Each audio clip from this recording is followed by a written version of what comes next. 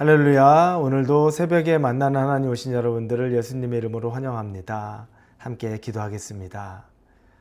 하나님, 오늘 주말을 맞이합니다. 이 시간에, 이 주말에도 쉬는 사람도 있지만 또 일해야 되는 사람들도 있습니다. 그 모든 사람들에게 하나님이 주시는 평강과 평안이 있기를 기대합니다. 또 기도드립니다.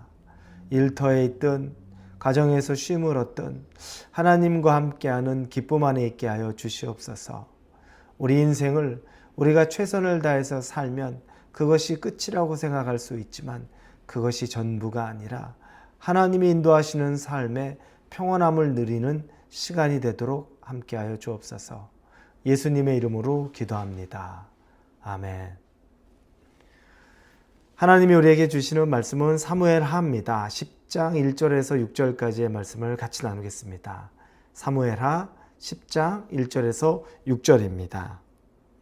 그 후에 암몬 자손의 왕이 죽고 그의 아들 한운이 대신하여 왕이 되니 다윗이 이르되 내가 나하스의 아들 한운에게 은총을 베풀되 그의 아버지가 내게 은총을 베푼 것 같이 하리라 하고 다윗이 그의 신하들을 보내 그의 아버지를 조상하라 하니라. 다윗의 신하들이 암몬 자손의 땅에 이르매 암몬 자손의 관리들이 그들의 주 한운에게 말하되 왕은 다윗이 조객을 당신에게 보낸 것이 왕의 아버지를 공경함인 줄로 여기시나이까. 다윗이 그의 신하들을 당신에게 보내 이 성을 엿보고 탐지하여 함락시키고자 함이 아니니까 하니 이에 한운이 다윗의 신하들을 잡아 그들의 수염을 절반을 깎고 그들의 의복의 중동볼기까지 자르고 돌려보내매 사람들이 이 일을 다윗에게 알리니라. 그 사람들이 크게 부끄러워하므로 왕이 그들을 맞으러 보내 이르기를 너희는 수염이 자라기까지 여리고에서 머물다가 돌아오라 하니라.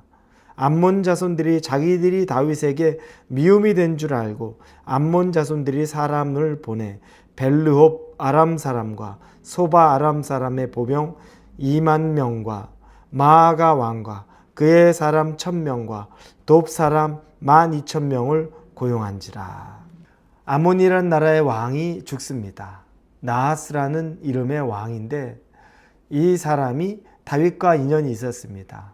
그 인연은 다윗이 사울을 피해 이제 유배 또는 망명의 생활을 계속하던 중에 이 암몬의 왕이 다윗을 좀 불쌍히 여긴 겁니다. 그래서 그를 돌보아 줬던 적이 있었던 거죠. 그래서 다윗은 그때의 기억을 하는 겁니다. 어려울 때 나를 도와줬던 사람에 대한 기억 가질만 하지 않습니까? 근데 자기를 도와줬던 암몬의 왕 나하스가 죽었다는 소식을 듣고 그리고 그의 아들 한운이 새로운 암몬의 왕이 되었다는 이야기를 듣자 이제 자기가 신하들을 조문객으로 보내서 한운에게 예를 표하고 그리고 또 은혜를 갚을 만한 기회를 찾으려고 했던 겁니다. 다윗은 정말 좋은 마음이었습니다. 그리고 한운에게 은혜를 베풀고자 했던 거죠. 그래서 그 사절단이 조문객이죠. 조문 사절단이 이 암몬 땅에 진입을 했는데 그때 암몬의 관리들이 이 암몬의 새로운 왕인 한운에게 가서 말합니다. 왕이시여, 지금 다윗이 보낸 저 조문 사절단이 죽은 당신의 아버지 그 왕을 존경해서 보냈다고 생각합니까? 그건 아닙니다. 그렇게 순진하게 순수하게 생각할 것이 아니라 오히려 우리 성을 염탐하러 온 겁니다 라고 이야기를 합니다. 그러자 그 이야기를 들은 한운이 조문객들의 수염을 절반을 잘라버리고 그리고 조문객들 그들이 입었던 옷의 엉덩이 부분을 그냥 겉에 다 구멍을 내버려서 훤히 보이게 만들어버립니다. 아주 수치스럽게 만들었습니다. 그리고 그들이 결국 수치스러운 상태로 돌아가다 왕에게 이게 보고가 됩니다. 다윗이 보고를 받자 그들을 여리고성에 머물러라. 수염이 다시 자랄 때까지 거기에 있어라. 그들의 수치를 다윗이 가려주려고 했던 겁니다. 그런데 이 일이 있은 이후에 한운이 자기가 다윗에게 미움을 산 것을 당연히 알죠.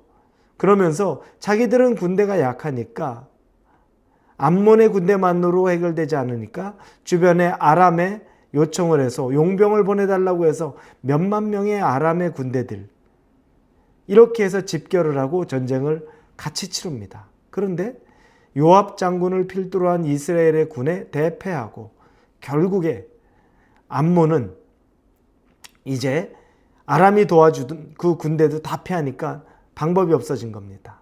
그리고 그 이후에 아람은 절대 암몬을 도와주는 일이 없었다고 본문 읽지는 않았지만 마지막 부분에 나옵니다. 그들이 굉장히 곤경에 처한 거죠. 저는 이 내용을 보면서 한 가지 생각한 게 있습니다. 그건 뭐냐면 우리의 행동이 경솔한 건 아닌가. 우리의 말이 너무 경솔한 건 아닌가라는 생각을 합니다.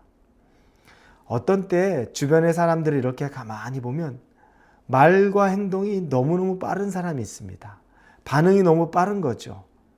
즉시하는 건 좋은 습관 중에 하나입니다. 그런데 누군가에게 어떤 행동에 반응한다는 것이 꼭 즉시한다고 다 최선은 아닙니다. 내게 있는 숙제들, 과제들, 해야 될 일들이면 즉시하는 것만큼 좋은 게 없죠. 그러나 어떤 중요한 선택, 다른 사람의 관계, 이런 부분에 있어서는 우리가 신중할 필요가 있습니다. 대화하다 보면 어떤 사람이 말도 채 끝나기도 전에 상대방의 말을 끊어버리고서 이미 다른 얘기를 합니다. 그 먼저 앞서서 말하던 사람은 그 내용을 말하던 게 아닌데 성급하게 그 사람의 말을 끊고서 다 알겠다는 듯이 더 들을 필요 없습니다 이야기합니다. 근데 그런 내용이 아니거든요.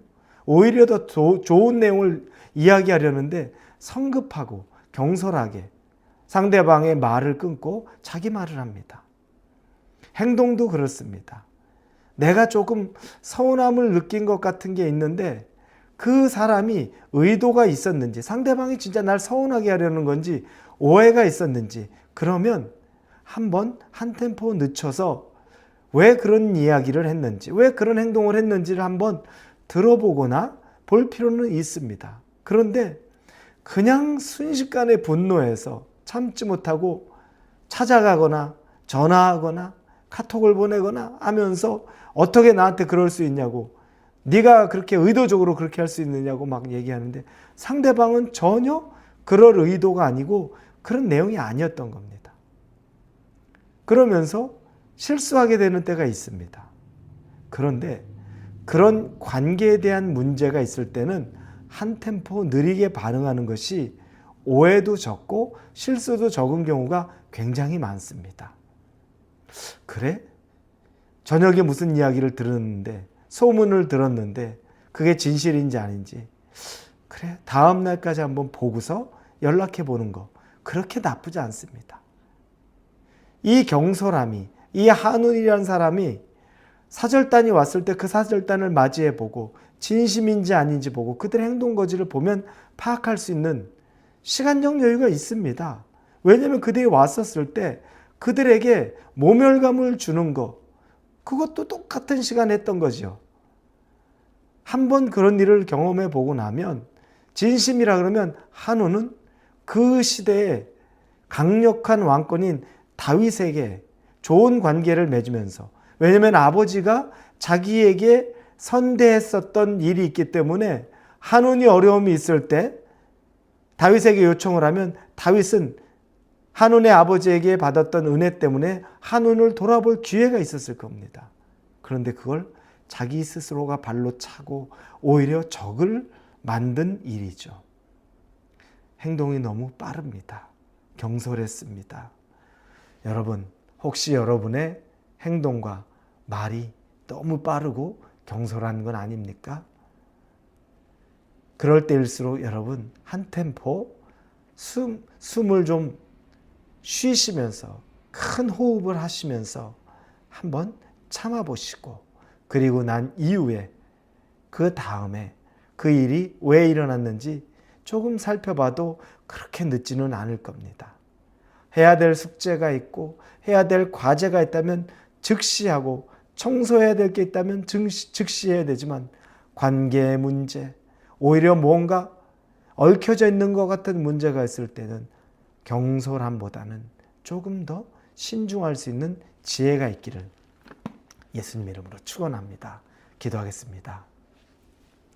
하나님, 우리가 너무 경솔한 것은 아닌지, 말과 행동에 있어서 너무 행동이 빨라서 내 감정을 주체하지 못하고 결정하는 일이 많았던 건 아닌지 생각합니다. 그런 삶의 행동의 패턴에도, 말의 패턴에도 하나님, 우리가 변화가 있기를 원합니다. 조금 더 진중하고 신중하고 기도하고 생각해보고 말과 행동을 할 수 있는 현명한 사람이 하나님 되도록 우리를 훈련시켜 주시옵소서. 예수님의 이름으로 기도합니다. 아멘.